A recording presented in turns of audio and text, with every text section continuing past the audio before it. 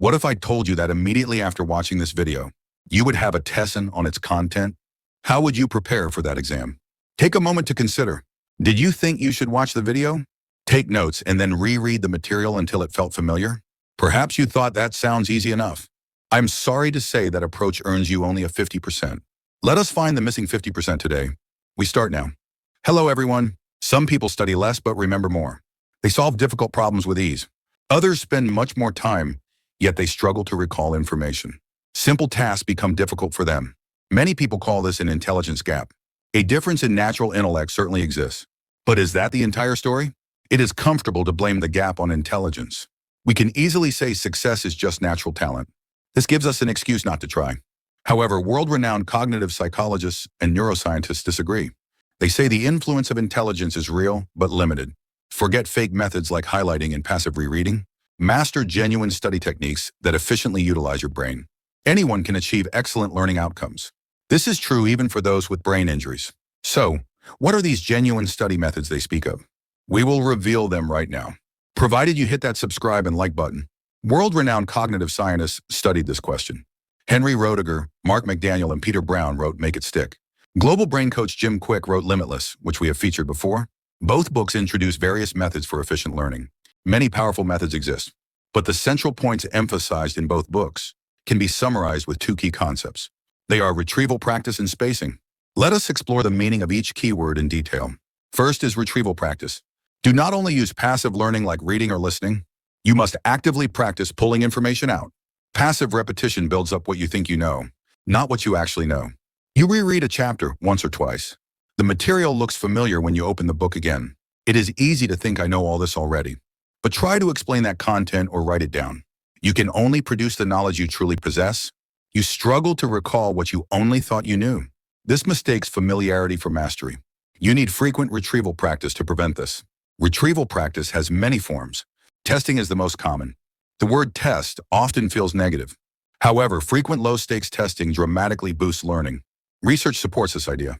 Tests used for retrieval, not grading, increase learning effectiveness and reduce anxiety. Other retrieval methods exist outside of exams. Write out what you learned.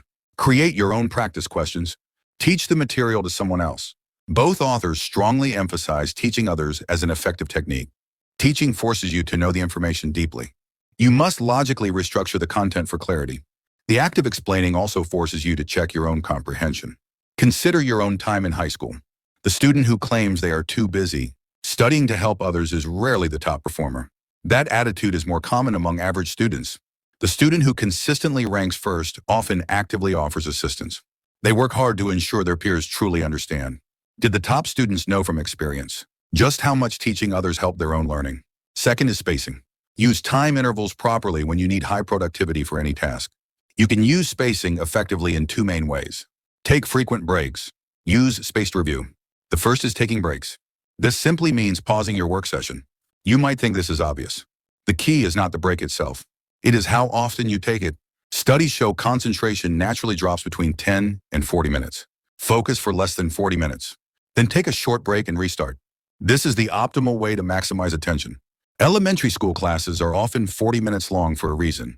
One technique perfectly uses this principle. It is the Pomodoro technique. Its core is simple.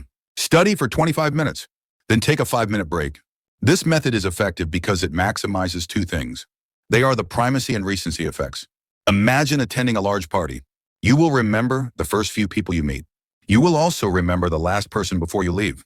You will struggle to remember people you met in the middle. The primacy effect helps you recall the first people. The recency effect helps you recall the last people. If you graph our learning retention over time, it will show this pattern. A short 25-minute work cycle maximizes these effects. You get to enjoy primacy and recency multiple times. This significantly boosts your learning efficiency. Do not rest for too long. Your break should not outweigh your work, so 5 minutes is the ideal length. This technique is not just for studying. Apply Pomodoro to reading, writing, and office tasks. In Limitless, Jim Quick recommends reading his book this way. Read for 25 minutes. Then spend 5 minutes recalling the content. Readers report deeper understanding this way and remember the material longer. The second method is spaced review. Teachers always stress the importance of review, but they rarely explain the process. Few teachers told you exactly when or how to review. This brings us to Ebbinghaus's forgetting curve. It graphs how much content we forget over time.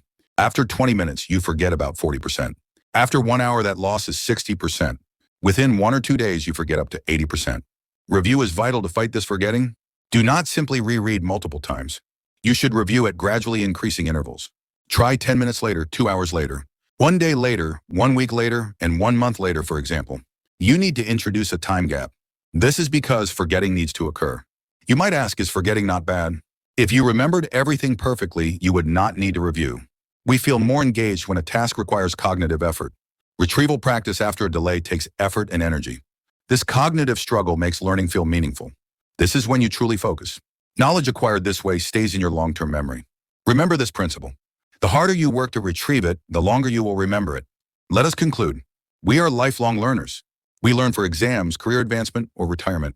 Learning more effectively means greater success. This is especially true in an information-driven world. You must begin genuine studying now. Passive study is not enough. Fake methods will not help. You live in a world overflowing with data. You must practice true learning based on brain science.